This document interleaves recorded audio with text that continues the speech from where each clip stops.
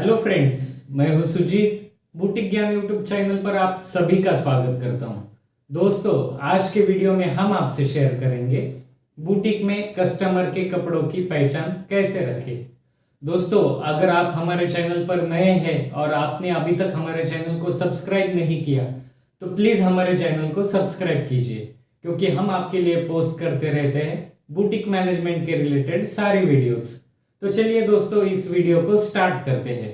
तो दोस्तों, अभी हम मान लेते हैं हमारे पास एक कस्टमर आए हैं और उन्होंने ये कुछ फैब्रिक्स, कुछ ब्लाउज पीसेस है या कुछ ड्रेस मटेरियल्स होंगे, तो उन्होंने वो हमारे पास स्टिच करने के लिए दिए हैं।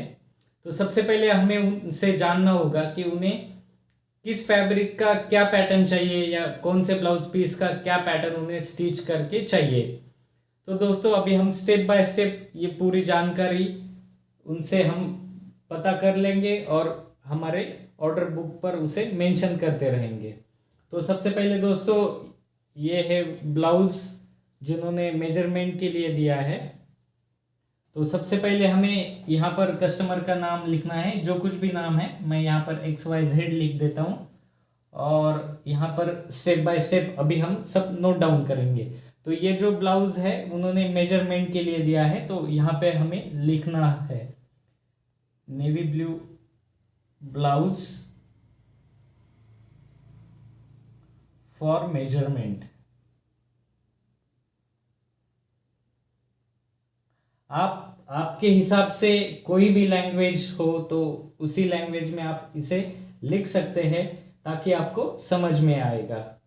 तो दोस्तों, उसके बाद है ये फैब्रिक।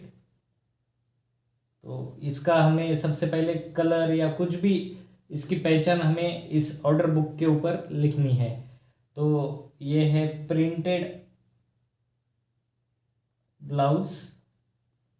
दोस्तों, उनको इसका ब्लाउज स्टिच करना है, तो अभी उनको हमें पैटर्न पूछना होगा कि क्या स्टिच करना है। तो सबसे पहले हम उन्हें कौन से ब्लाउज का टाइप उन्हें चाहिए वो हम पूछने के बाद यहाँ पर नोट डाउन करेंगे। तो उन्हें मान लेते हैं प्रिंसेस ब्लाउज चाहिए। फिर दोस्तों, उसका हमें नेक का पैटर्न डिसाइड करना होता है, तो उन्हें पूछने के बाद हमें यहाँ पर लिखना होता है। तो मान लेते हैं उन्हें इसका बोट नेक का ब्लाउज स्टिच करना है, तो यहाँ पर हमने बोट नेक लिखा है। दोस्तों, अभी हम इसकी स्लीव्स कितनी रखनी है ये भी उन्हें पूछना है, तो यहाँ पर हम स्लीव्स लिखेंगे।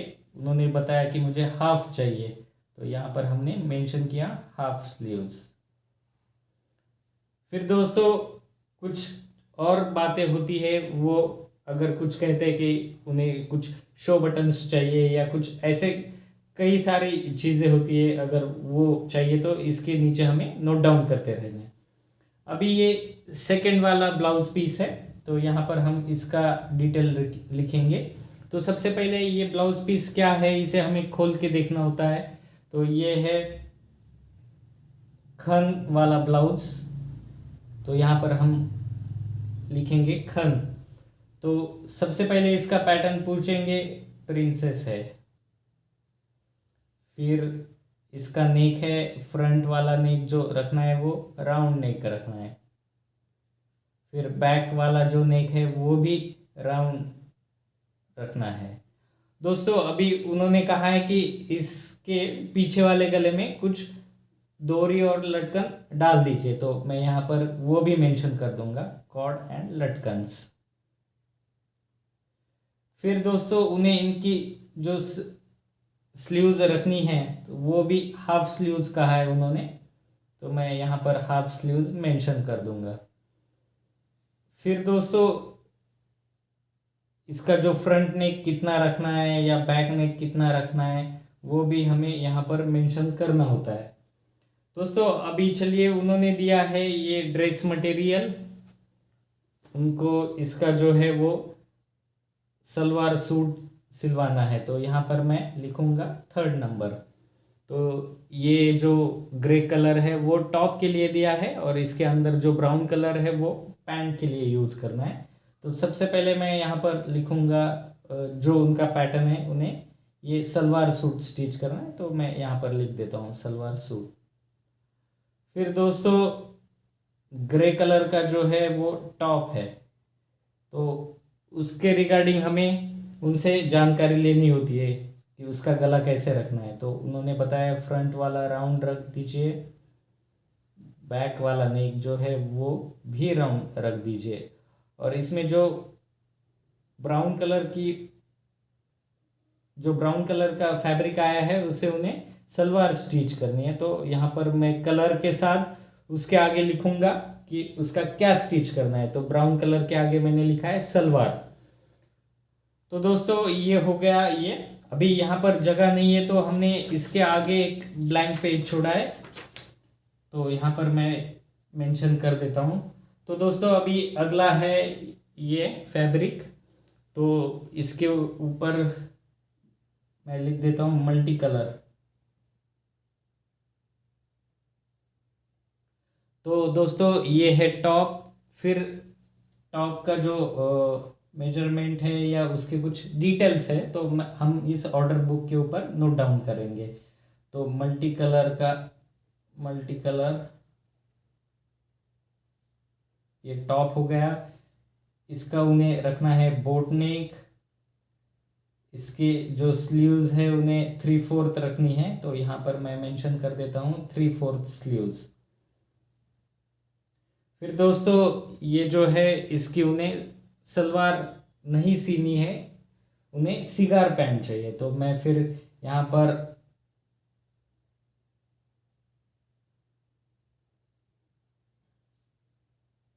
पर मैं मेंशन कर देता हूँ उसका कलर और उसका पैटर्न उन्हें क्या चाहिए। तो उन्होंने सिगार पैंट बोला है, तो मैं यहाँ पर सिगार लिख देता हूँ। दोस्तों इसमें और एक चीज़ उन्होंने ऐड करने के लिए कही है कि इसके बॉटम के ऊपर उन्हें कुछ शो बटन्स चाहिए। तो मैं यहाँ पर वो पैटर्न भी ड्रॉ कर देता हूँ। तो ये हो गई पैंट, और ये जो साइड में है वो उन्हें ऐसे 3 वाले शो बटन चाहिए। तो मैं यहाँ पर एक छोटा सा डायग्राम ड्रॉ करूँगा और उसके बाजू में लिख दूंगा साइड में शो बटन्स।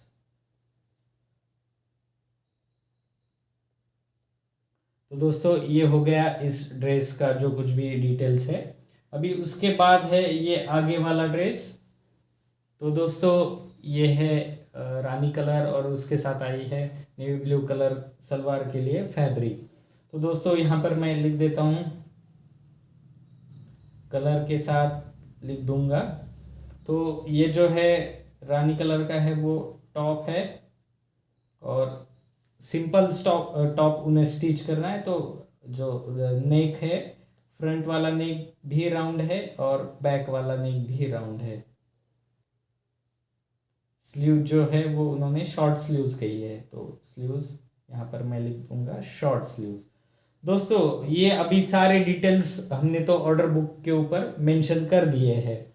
तो इन सारे डिटेल्स के रिगार्डिंग उनके जो कुछ भी मेजरमेंट्स है वो हम उनके मेजरमेंट्स ले लेंगे, और इस ऑर्डर बुक के ऊपर हमने जो मेजरमेंट के लिए सब डिटेल्स ऑलरेडी प्रिंट किए हैं, तो वहाँ पर हम सभी उनके मेजरमेंट्स जितने कुछ भी लगते हैं वो इसके ऊपर हम मेंशन कर देंगे। दोस्तों ऑर्डर बुक के रिलेटेड हमने ऑलरेडी एक वीडियो पोस्ट की है। अगर आपने वो वीडियो अभी तक नहीं देखी होगी तो प्लीज़ एक बार उसे ज़रूर देखिएगा, उसकी लिंक नीचे डिस्क्रिप्शन बॉक्स में भी है। दोस्तों अभी सब उनका जो है ऑर्डर लेके रेडी हुआ है, उनके मेजरमेंट से रेडी है। तो ये जो बैग है इसके अंदर हम इसे रख देते हैं। तो जब भी इनका जो है कटिंग के लिए या स्टिचिंग के लिए हमें लेना है तो हम तब इसे निकालेंगे। तो दोस्तों फिर ये जाएगा बैग में रखने के बाद हमारे स्टोर में, जो सेल्फ हमने बनाए हैं उसमें हम इसे रख देंगे।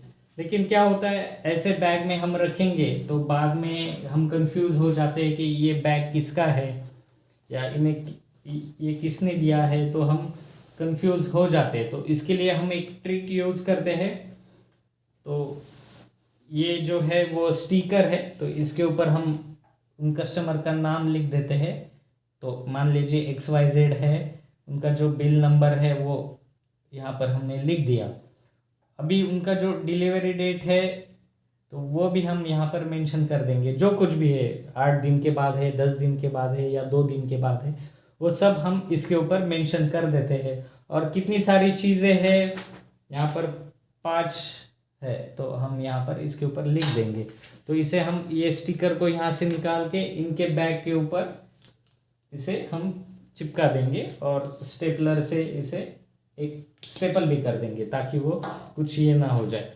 दोस्तों कभी कभार हम इस मार्कर पेन से भी इसके ऊपर हम उन कस्टमर का नाम और उनका जो बिल नंबर है वो सब इसके ऊपर लिख देते हैं। तो ये परमानेंट मार्कर है तो इसके ऊपर आसानी से चल जाता है। तो दोस्तों ये तो तरीका हो गया कस्टमर के कपड़ों की पहचान रखने का। अभी दोस्तों कस्टमर के फैब्रिक को हमने हमारे सेल्फ में रख दिया है। जब उसका कटिंग करने का समय आएगा तो उसे हम निकाल देंगे। तो अभी मान लेते हैं इसे हमने कटिंग के लिए ले लिया है। इसकी कटिंग भी हो गई, सब पैटर्न्स हो गए, उन्होंने जो कहा था उसके हिसाब से सारी कटिंग तो हो चुकी है। दोस्तों अभी इसे हमें सिलवाने के लिए देना है हमारे कारीगरों के पास। देखिए दोस्तों, हमारे पास तो जो कारीगर है वो हर एक कारीगर किसी ना किसी काम में परफेक्ट है। कोई सूट सलवार में परफेक्ट होता है, कोई ब्लाउज में परफेक्ट होता है, या कोई डिजाइनर ब्लाउज में परफेक्ट होता है। तो उनके हिसाब से या फिर काम के हिसाब से हर कारीगर के पास उन्हें स्टिचिंग के लिए देना होता है। तो दोस्तों अभी इस ऑर्डर में तो कुछ सलवार है, कुछ सिगार पैंट है, कुछ टॉप है, या फिर कुछ ब्लाउज है, किसके लिए कुछ अलग डिज़ाइन है। तो इसे हम अलग अलग कारीगर के पास स्टिचिंग करने के लिए देने वाले हैं। तो फिर बाद में स्टिचिंग होने के बाद फिर हम फिर से कंफ्यूज हो जाते हैं कि ये सलवार किसका है या फिर ये टॉप किसका है, तो वो समझ में नहीं आता। तो उसके लिए हमने एक और तरकीब निकाली है। तो दोस्तों इसके लिए हमने एक जॉब कार्ड बनाया है। तो ये है हमारा जॉब कार्ड। कटिंग होने के बाद उस फैब्रिक का एक छोटा सा जो पीस होता है वो हम यहाँ पर स्टेपल कर देते हैं और इस जॉब कार्ड के ऊपर हमने कस्टमर का नाम, उसका बिल नंबर, फिर उसका डिलीवरी डेट कब है, या फिर उसमें कुछ पैटर्न्स है या कुछ इंस्ट्रक्शंस होती है जो हमें कारीगर को बतानी होती है। तो हम सारी इंस्ट्रक्शंस इसके ऊपर लोकल लैंग्वेज में लिख देते हैं। तो हमारे कारीगर समझ जाते हैं, या फिर उन्हें कुछ डाउट होता है तो वो जॉब कार्ड लेके हमारे पास आते हैं और हमें पूछते हैं कि आपने इसमें ये मेंशन किया है, इसका मतलब क्या है, या फिर इसे कैसे स्टिच करना है। तो वो पूछते रहते हैं तो उन्हें हम एक्सप्लेन करते हैं। तो ये काफ़ी आसान तरीका होता है दोस्तों कि ये जो कुछ रेडी होने वाला है वो किस कस्टमर का है वो आइडेंटिफाई करने के लिए काफ़ी आसानी होती है। और ऐसा कभी नहीं होता कि ये सलवार किसी दूसरे कस्टमर को चली गई या फिर ये ब्लाउज किसी दूसरे कस्टमर को चला गया। तो ये काफ़ी अच्छा तरीका है जो हम पीसेस यहाँ पर कट करके लगाते हैं। जो वेस्टेज फैब्रिक होता है उसमें जो पीसेस निकलते हैं तो वो हम यहाँ पर और हमारे ऑर्डर बुक के ऊपर उसे स्टेपल करते रहते हैं। तो दोस्तों उम्मीद करता हूँ आपको ये वीडियो अच्छा लगा हो। आप आपकी बुटीक में किस तरह से कस्टमर के कपड़ों की पहचान रखते हैं हमें कमेंट करके जरूर बताएं। तो दोस्तों आज के वीडियो में बस इतना ही। Thank you.